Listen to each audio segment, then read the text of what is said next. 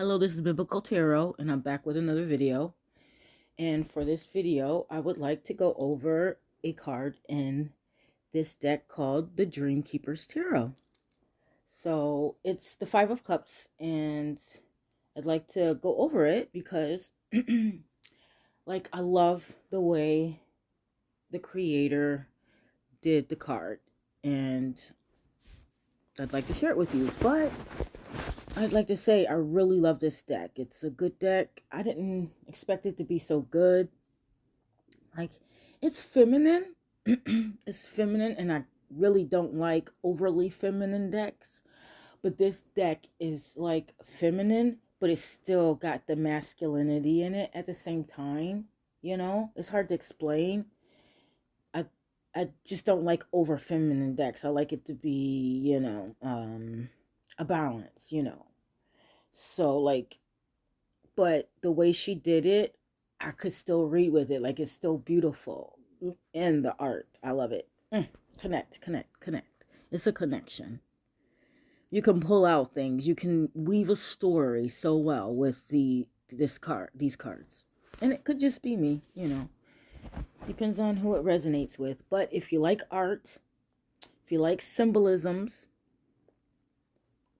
this is a good deck. But I think I can tell, like, the swords represent fire, and the wands represent air in the deck, but they don't say it. But I can see all of the symbolisms that are saying that, yeah, it's air. But I don't know. I think I'm babbling on. That's my spectrum.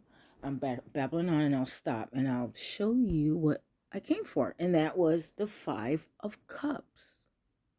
And the regular Five of Cups in the RWS to me is very masculine to me. But I love the way she did the card because, like, I recognize that off the bat. As soon as I look at it, I connect with it, and I can tell that's how I feel when I'm on my period. The menses, you know, I could totally tell. Like, I guess maybe if a guy look at the Five of Cups from Arthur Waite, he probably think, oh, he's depressed. There's a depression. But I guess a woman could think of that by looking at the red coming out of the cup. But this rendition of the Five of Cups, oh my God, I connect so well. I'm like, oh gosh, I feel so bad for her. But at the same time, I feel so good for her because, hey, maybe she could have a baby one day. Who knows? So I don't know. I really love the card. And so I wanted to say a little bit about the card. And also, if you look at the card, you could see her reflection in the water. If you can tell, she's laying in water. You could see the reflection. So if you turn it upside down and you read reverse, you can also read it upside down very well. Like, your eyes don't have to do tricks to, like, get an image or whatever. She has the image to where you can look at it from a reverse angle. Yeah. I don't know why my voice is so deep, but I guess it's because it's in the morning.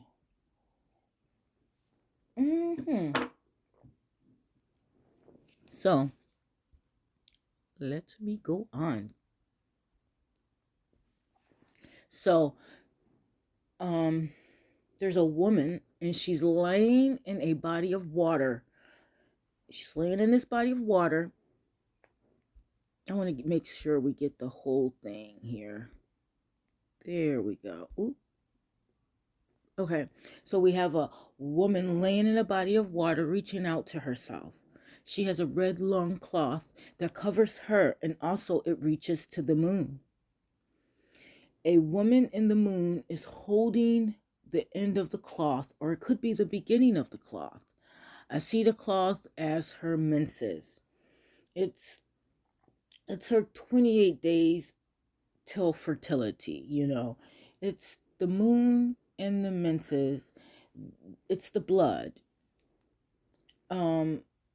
as life is in the blood, and that's in the Bible. I just didn't put the scripture that life is in the blood. And the reverse of life is definitely death. It's death. So this card reminded me of Genesis 3:13. And if you take the 13, you definitely have the death card, okay? So 3:13. And if you take the 3, you have the Empress, So, but it says, then the Lord God said to the woman, what is this you have done? The woman said, the serpent deceived me and I ate. It also reminded me of 3:16. In Genesis, and 16 would take the Tower card.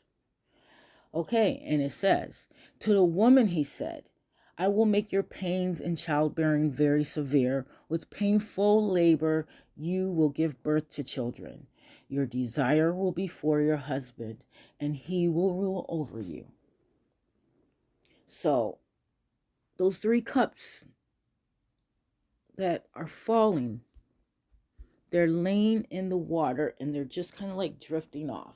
They're drifting off kind of like if you ever saw the movie Castaway, how Wilson just kind of like drifted off. Yep, those are like just drifting, It's a sad thing. But the thing about it is she still has the 2 cups remaining. She still has the 2 cups remaining. And the 2 cups that are standing up in water, which how the hell do cups stand up in water? But these are standing up. They are strong enough to stand up on water. They remind me of Genesis 2:25, okay? And it says, Adam and his wife were both naked and they felt no shame. No shame. No shame at all. We could go back to that. We have that love remaining, So, yeah, we don't have to be so sad about death. We don't have to be sad about that. But this card definitely reminds me of that time of the month. The feelings, the sadness, the happiness, all in one. It's weird. Any kind of feeling you can have as a human, you kind of have it all at the same time in big doses, like as if you were taking steroids. And like that's the only way I could like explain it. Like a dose of estrogen. It's like that, But like in a feminine way. Not like steroids would be like a masculine way, like, oh, I want to do something. I want to go and lift some weights. Well, with a woman, it'd be like all these emotions all bottled up in one. And when I look at that 5 of Cups, boy, Lord Jesus, yep, I recognize that. But I also see the imagery from the front of a book called The Red Tent. It's a novel about Dinah. And Dinah is the sister of the 12 brothers who were the 12 sons of Jacob. And she had something bad happen to her. It was the hard R with the E on the end. And I don't want to say the word because it's a word that, you shouldn't even be using on YouTube. But that happened to her, Somebody like, did something to her against her will. And the cover of the book, though, is very remarkable, okay? It's rememberable. Like, it's in my brain because I can remember it. It's a powerful image, okay?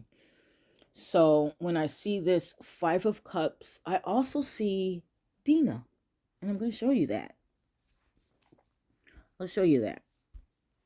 This is the cover of the book, and it's called The Red Tent. And it makes me think of that image, and it makes me think of, what I said, the Menses. And the red tent was supposed to be a tent that the women went into to, have their period. But no, I don't think women in Hebrew women did that. But it's just like a feminine, womanly thing that probably happened in some cultures. But this is called the red tent. And it just, wow, it just really made me think of the Five of Cups, the moon, the menses, and the blood, you know, and life and death. Life and death. So I also, I wanted to show you. Maybe I can show it to you here. Let me see. Oops, sorry. You know me. So here we are. This is the page, Wikipedia page for Dinah. And it tells us that it means judged, vindicated. And I don't think, I didn't tell you like the whole story of Dinah, but Jacob had 12 sons and he had a daughter named Dinah. And Dinah was going to the next town over, whatever, to the next spot over, and she was hanging out with the girls in another group or another, nationality. They were hanging out or whatever, but they weren't like, her people, because they do certain things. And it's kind of like, like, I'll put it this way. It's kind of like if, basically you're Jehovah Witness, your family's Jehovah Witness or something, or Muslim or something like that. And you're going and you're hanging out in another town where everybody's like atheist or everybody's like some different type, So she's hanging out there, blah, blah, blah, blah. And there's a guy, some big guy. I don't know if he was a prince or something. He was somebody. But he liked Dinah and he wanted to have her. So he had her, I guess against her will. And after that happened, the 12 brothers, I think they got upset. In the story, they got upset, and but the guy that did it, the people that did it, or the guy that did it, his people wanted to marry and become like Jacob's people. It's hard to explain this without reading it. So he said, I really want your daughter, da da da da da, I'll do whatever you want me to do. I'm sorry, I'll get circumcised, I'll become part of I'll do your religion, I'll take on your customs and everything as long as I can marry your daughter. And so they agreed, that's what they would do because he already defiled Dinah. He already did the act, but I guess he did totally wrong, but I guess he actually did love her. I don't know. That's the way you get it from the book, from the Bible. So, but they agreed to that they were going to circumcise all the guys and then he'd get married, to Dinah. And so what happened was, I think two brothers out of the group, I forgot which ones they were, they decided that they were going to kill all the people, kill all the men, and it was wrong. I guess it was wrong for them to do it because they waited until they got their surgeries and were weak and stuff with their, down there because they got circumcised. And they waited till they were weak and they couldn't like fight at full strength. And that's when they attacked them. So this is what I'm guessing, that they were bad for doing that. I think I should say it in here. I probably should have just read it out of here in Genesis, because it probably would have been better for me to read it out of there. But I can't say some of their names, like the guy's name, Shechem or Shechem. I don't know. But he asked his father to obtain Dinah for him to be his wife. Hamor came to Jacob and asked for Dinah for his son. Make marriages with us. Give your daughters to us. Take our daughters for yourselves. You shall dwell with us, and the land shall be open to you. So he offered Jacob and his sons any bride price they named. But the sons of Jacob answered. And his father Hamor Hamor deceitfully because he had defiled their sister Dinah. They said they would accept the offer if the men of the city agreed to be circumcised. So the men were deceived and were circumcised. And so the third day, when they were sore, two of the sons of Jacob and Leah, Simeon and Levi, it was Simeon and Levi who did it, okay, Dinah's brothers, took their swords and came upon the city unaware and killed all the males. They slew Hamor and his son Shechem, whatever his name is, with the sword, and took Dinah out of the house and went away. And the sons of Jacob plundered whatever was in the city and in the field, all their wealth, all their little ones, and their wives, all that was in the houses. Okay. Then Jacob said to Simeon and Levi, "You have brought trouble on me by making me odious to the inhabitants of the land. The Canaanites and the Perizzerites, my numbers are few, and if they gather themselves against me and attack me, I shall be destroyed, both I and my household." But they said, "Should he treat our sister as a harlot?" And I'm going to tell you something. I recognize that. Because I read the Bible. And it's so weird that they said that. And I'm just going to say why. Because he said, "Oh, should he treat our sister as a harlot?" Because just not, I think, if I'm not sure, it's like the next story maybe, where their brother Judah, he goes and sees a prostitute, a harlot. He goes and sees a harlot. Yeah, like, it's just so weird. It's like so weird because like these guys like talk all this stuff, but it's like they go back out and do the same kind of stuff. Like, did not Judah go out and like, he went out to get a prostitute or whatever it's called, harlot. But the thing about it was, it wasn't like a real harlot or anything. It was his daughter-in-law. It was his daughter-in-law who her husband, which is his son, died. I think a couple of them died. Just died. They died.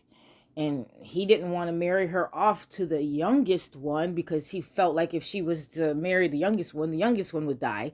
So he kept her waiting. So she tricked him. I don't understand it. She tricked him and pretended like she was a harlot and put a veil on and stood out there, and he came by and, hey, da-da-da. That's why it just was so weird that those two brothers said, "Should he treat our sister as a harlot?" Because the one brother just went out and, oh, let me stop ranting, guys. I'm sorry. It's my spectrum. I just thought that was very interesting. I really did. And I thought something else was interesting about it that I saw. Because if you go down here in culture, Dinah is also a symbol of Black womanhood. Can you believe that? That is very interesting. But I got it when I read it. I was able to understand it. Okay.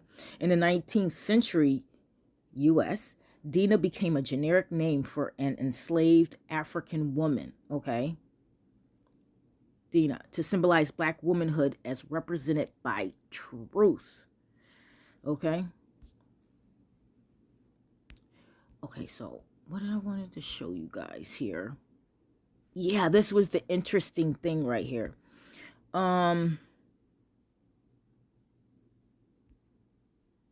In a convention where sex and color are mingled together in the common rights of humanity, Dinah, this guy, that lady, and Frederick Douglass are all spiritually of one color and one sex, and all on perfect footing of reciprocity. Most assuredly, Dinah was well posted up on the rights of women, and with something of the ardor and the odor of the of her native Africa. She contended for her right to vote, to hold office, to practice medicine and law, and to wear the breeches with the best white man that walked upon God's earth. Lizzie McLeod, a slave on Tennessee plantation during the American Civil War, recalled that Union soldiers called an enslaved woman Dinah. Describing her fear where the Union Army arrived, she said, "We were so scared we run under the house, and the Yankees called, 'Come out, Dinah.' Didn't call none of us anything but Dinah. They said, 'Dinah, we're fighting to free you and get you out from under bondage.'" After the end of the war in 1865, the New York Times exhorted the newly liberated slaves to demonstrate that they had the moral values to use their freedom effectively, using the names Sambo and Dinah to represent male and female former slaves. "You are free, Sambo, but you must work. Be virtuous too." Oh, Dinah, what the fudge? I didn't say the bad word, I said fudge. What the fudge? The name Dinah was subsequently used for dolls and other images of black women. Oh, Lordy Jesus be. They was fighting for Dinah to vindicate her. Okay? Interesting. The Yankees was fighting to vindicate Dinah. I'm done.